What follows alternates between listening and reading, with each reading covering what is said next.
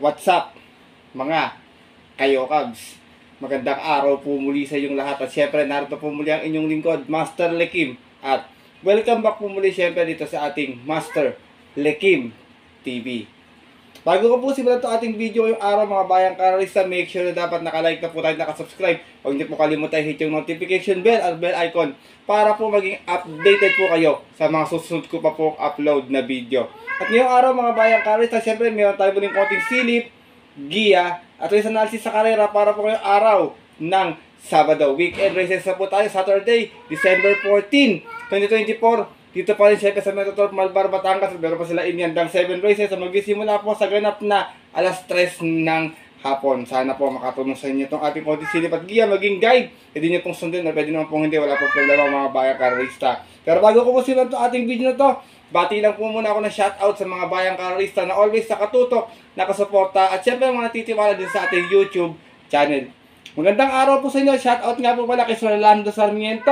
Ganoon din kay Brian De La Cruz at kay Sir Freddy De La Cruz ng Pulong Buhangin, Santa Maria. Shoutout po sa inyo. Shoutout din kay Joshua Sanchez, kay Bro Sixto Jojo Enriquez. Shoutout sa iyo kay Bro April Cese, kay Bro Jeff Escultura, kay RJ Basile. Shoutout sa iyo kay Sir Rocky Medics. Ganoon din, ginigrit ko rin si RJC Chan at Sir Tatalits din sa Europe. Shoutout po sa inyo. Shoutout din kay Cesar Carino from Guam, JB Palaya, Jester Byron Ferrer, Ariel Maranak, Manuel Tandes, kay Eric Alporte, kay William Yang, shout out din sa iyo. Ganoon din kay Arper Cabal Quinto, Melchor Raimundo, Eduardo Centeno Jr., Albert Ramirez, kay Benji Lalang, Arturo Pandillo, shout out po sa inyo. Ganoon din kay Edison Isday, kay Rolando Sarmiento ng Batang Tampay ng Valenzuela, shout out po sa inyo. Ganoon din kay St. Ruben Forbes, at ginigrit po niya, nag-celebrate ng birthday today, si Ma'am Therese May Del Valle on December 12. Ngayong araw po yun na. Shoutout po sa inyo mga bayang karalista. At syempre, hindi ko na rin papatayin agad ating mga konting silip at gino to. Punta natin agad dyan. Matapos lamang po yung ating maikli intro. Kaya let's go! Mga kayokabs!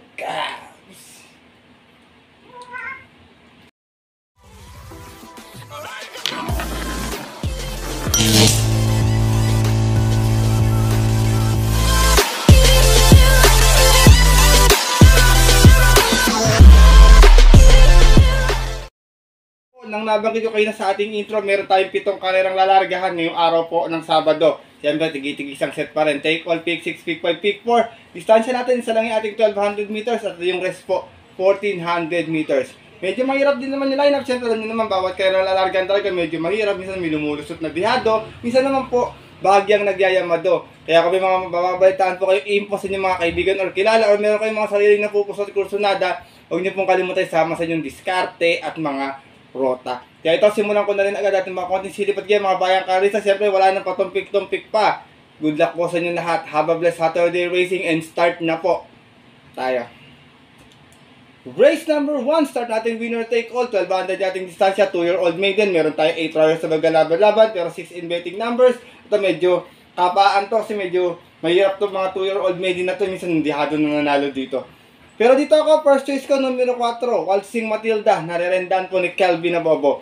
Na segunda to last time sa 1400, may 128.8, umalis ng 4-3 out of 5 rounds na naglaba-laba sa isang 2-year-old maiden. At yun po, noong November 20, kung saan ang nanalo po doon, yung heavy favorite na si Sunset Beauty. Same rider na rin tayo rito, Kelvin Abobo, para sa ating numero 4, si Waltzing Matilda. Second choice ko, 7 and 7A, Swift Andre with Elvin Abrea, and 7A, Toys of Maxine with GL Ciego Jr. Pero dito ako kay Swift Andre kasi medyo batak na sa laban to. Itong 115.8 last run, natalsero to noon, umalis ng 2-2, out of 6 stars naglaban-laban sa 2-year-old maiden, at yun po ng November 2, kung saan ang nanalo po doon yung yamadong si Babe in Hoblet. Same rider pa rin tayo dito, Elvin Abrea, para sa ating numero 7, si Swift Andre. Race number 1, mga bayang karalista, gaya na nabanggit ko, 2-year-old to, non-winner, kayo nang bahala, kung may mas dihado pa kayong course na daw kabito, biglang magdihado agad. First choice ko po muli, numero 4, Waltzing Matilda. Second choice, 7 and 7A, Swift Andre and Toys of Maxine. Good luck po. At narito na po tayo sa ating race number 2, kung saan magsisimula natin pick 6-7, Pierre Accommodating Beach Class for 1621. Meron tayo ditong 7 runners na maglalaban-laban. Ito, first choice ko, nabitin nasan to, namitahan to. Numero 2, Matikas, narerendahan po ni RC Tabor. Last run, may 114 plus sa 1200. Nasigunda ito, umalis ng 8-7. Out of 8 runners na naglaban-laban, same rating base po po ng November 22. Kung saan ang nanalo po doon yung kabayong si Service Deluxe. Same rider na rin, RC Tabor. Para sa ating numero 2 na si Matikas. Basta palaban yung connection nito, tingin ko malabong matalo to dito. Second choice ko, numero 3, See You Tomorrow. Narerendahan po ni AB Serios. Ito naman, may 129.4 sa 1400. Dumating itong pang-apat, umalis ng 6-6. Out of 6 runners naglaban-laban. Galing ito sa trading base 22-27. Bagong baba ito dito. At yun po ng November 30. Kung saan ang nanalo po doon yung kabayong si Amor Mi Amor. Same rider na rin tayo rito, AB Serios. Para sa ating numero 3 na si See You Tomorrow. Race number 2, Bayang Kalarista. First choice ko po muli, numero 2, Matikas. Second choice, numero 3, See You Tomorrow. Good luck po. At narito na po tayo sa ating race number 3. Kung saan magsisimula natin yung peak pag-event sa itong Piedra Commating Miss Piedra Commating Miss Class 5 split placers. Meron lamang tayo 5 kalawak na maglalaban-laban dito ha. Pero lahat to, may panalo kung may pang capital, all in nyo na mga Bayang Kalarista para syempre talagang siguradong lulusot at lulusot. Pero dito ako, first choice ko, numero 3, Aluk Bam Boom. Narerendahan po ni Marlon de la Cruz. Meron tong 117.4 sa 1400 noon. Dumating at 1200, sorry. Dumating itong pang-apat, umalis ng 5-4, out of 8 runs naglaban-laban. Sa rating beats 5 placers, at yun po noong November 27, dun po sa karerang napanalunan ng kabayong si Color Blast.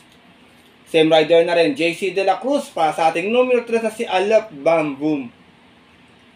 Second choice ko, pwedeng umagapay agad sa piston sa kanya kung sakaling kakapusin. Ito pwedeng makinabang. Numero 2, Sky Plus, narerendahan po ni Kelvin Abobo. Doon din sa kaya nila Color Blast, nagtala din to ng 117.4 pero dumating ito ng pang-6. Siya naman po nagdala ng Marcheron 1-1. Sorry, 1-1. Out of 8 hours side laban-laban sa rating base 5 placers at yun po ng November 27. Doon nga po sa karerang napanalunan nung kabayong si Color Blast. Same rider pa rin, Kelvin Abobo. Para sa ating kalawak na numero 2 na si Sky Plus. Race number 3, Bayang Kalarista. First choice ko po muli, numero 3, Aluk Bam Boom. Second choice, numero 2, Sky Plus. Good luck po. At lipat na po tayo din sa ating race number 4. Kung saan sisimula natin pick for event, Piedra Commating Miss Class 5, 6, and 10 split. Meron tayo 8 runners na maglalaban-laban. Ito, first choice ko, numero 3, Queensland. Narerendahan po ni Patty Dilemma. Meron tong 130.2 sa 1400 noon. Dumating itong segunda. Umalis po ng 7-7. Out of 8 runs naglaban-laban sa isang special race noong November 23. Dun po sa karerang napanalunan ng kabayong si Happy Julian. Same rider pa rin. Regular jockey Patty Dilemma. Para sa ating numero 3 na si Queensland. Second choice ko guys sa dalawang sunod na panalo. Numero 5. Double Strike. Narerendahan po ni Joe El Ciego. Last run may 131.4, nanalo po ito, umalis ng 19. Out of 11 runs naglaban-laban sa isang special race noong November 23 din. Kung saan tinalo naman po niya doon yung kabayong si Baywatch. Same rider na rin, Joe El Ciego. Para sa ating numero 5, si Double Strike. Isinasama ko pong third choice mga Bayang Kalarista to. Magandang dihado sana dihado nga. Numero 1, Destiny. Narerendahan po ni Jomer Estorque. Meron naman to 130 plus sa 1400. Dumating itong pang-apat noon. Umalis ng 9-9. Out of 11 runs naglaban-laban sa isang trophy race noong October 13. Kung saan ang nanalo naman po doon yung kanyang couple entering si Modern Verde. Same rider pa rin, Jomer Estorque. Para sa ating numero 1 si Destiny. Race number 4, mga Bayang Kalarista. Medyo mababang grupo. Si Besiat, pagpalaban na tingin ko malaki rin yung panalo ha. Kaya na pong bahalang makibalita na lamang dyan. First choice ko po muli, numero 3, Queensland. Second choice, numero 5, Double Strike. At third choice, yung numero 1, si Destiny. Good luck po. At narito na po tayo sa ating race number 5. At isa naman itong Piedra Commating Miss Class 5 muli. 5 split placers. At meron tayong muling 5 kalawak na maglalaban-laban dito. Pass muna ako kay Early Bird ha. Kayo na pong bahala mga Bayang Kalarista kung gusto na ba nyo siya isama. Hindi ko gusto yung mga tinatakbo dito mga nakaraan, tsaka medyo mababa na talaga sa grupo din kasi. Dito ako, first choice ko, numero 1, Mount Amandiwing. Narerendahan po another Jomer Estorque. Nanalo to noon, may 130.6 sa 1400, umalis ng 7-8. Out of 9 runs naglaban-laban sa isang special race noong November 23. kung saan tinalo po niya doon yung kanyang couple entering si Gable.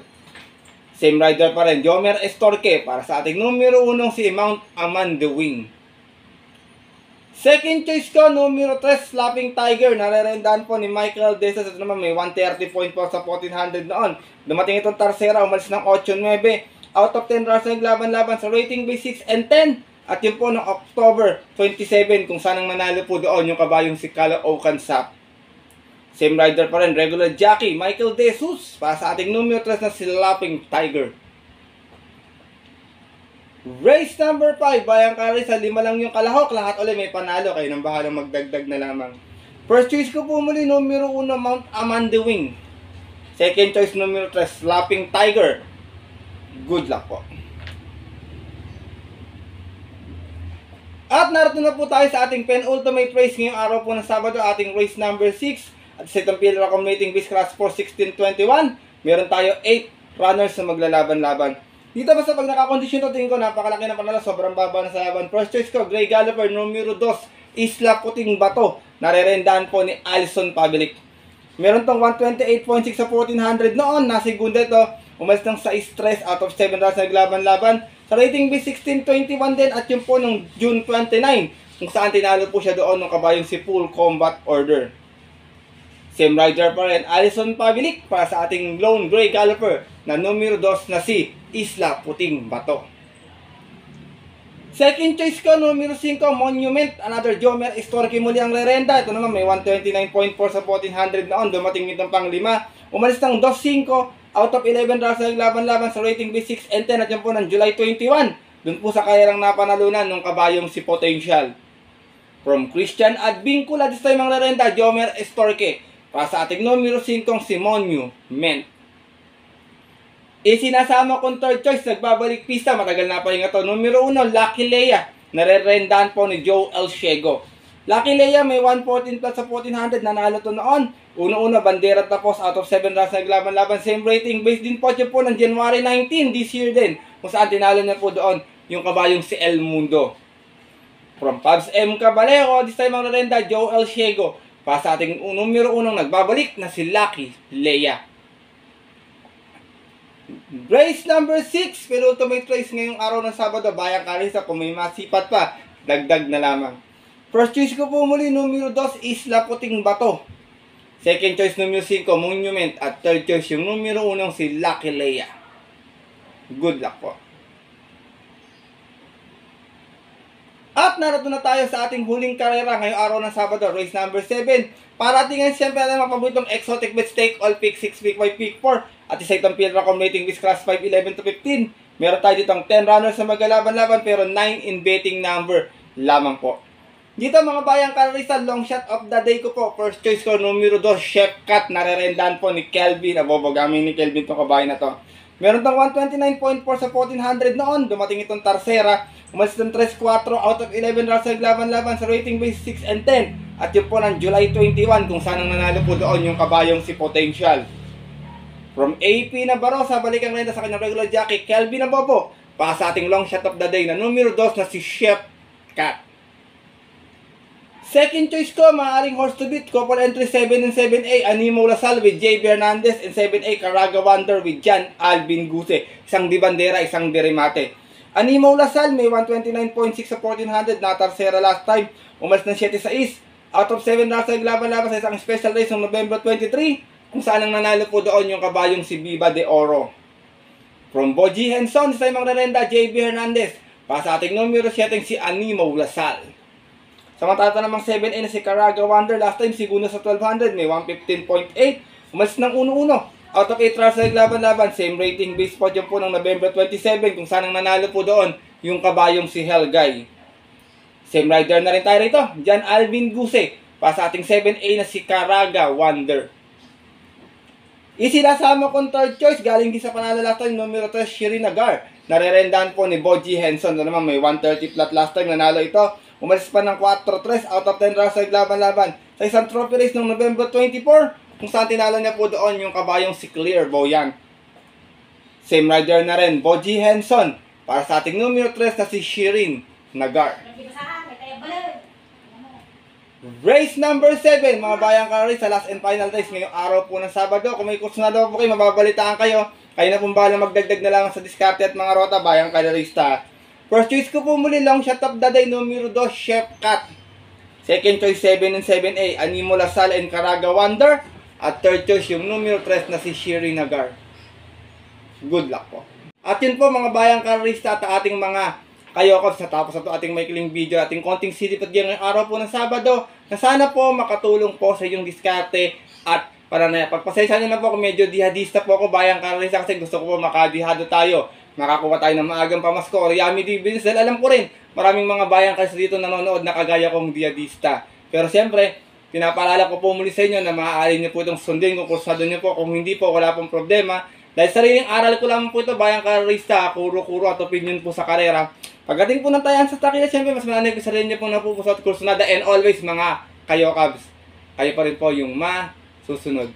Good luck po muli sa inyo lahat and have a blessed Saturday racing. Siyempre magpapasalamat muli ako sa walang sawang pagtutok, subaybay, suporta at tiwala palagi dito sa ating YouTube channel. At siyempre makakaasa po kayo na always time yung mga upload na video about po sa karera, mga bayang karera. At wish ko din po makadiyado tayo bago matapos tong 2021, makakuha tayo ng yummy dividends. Kaya muli, maraming salamat bayang ka-racista sa inyong palaging suporta.